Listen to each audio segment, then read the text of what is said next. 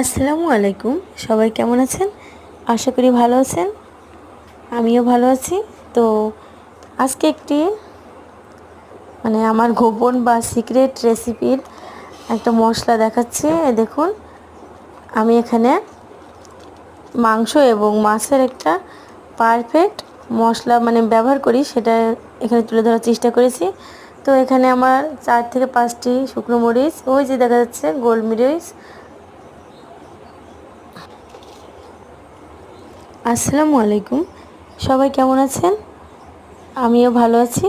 তো আমি যে মাছ মাংসে যে সিক্রেট একটা মশলা ব্যবহার করি সেটা এখানে দেওয়ার চেষ্টা করেছি। এখানে হাফ কাপ মতো জিরা আছে, আর এই পাশে আছে ধনিয়া হাফ কাপ মতো। এই যে আমি দেখাচ্ছি, এগুলো হচ্ছে গোলমরিচ কিছুটা, এই যে 4টি শুকনো মরিচ, আর এই যে জয়ফল দুটো আছে, জয়ত্রী আছে কিছুটা,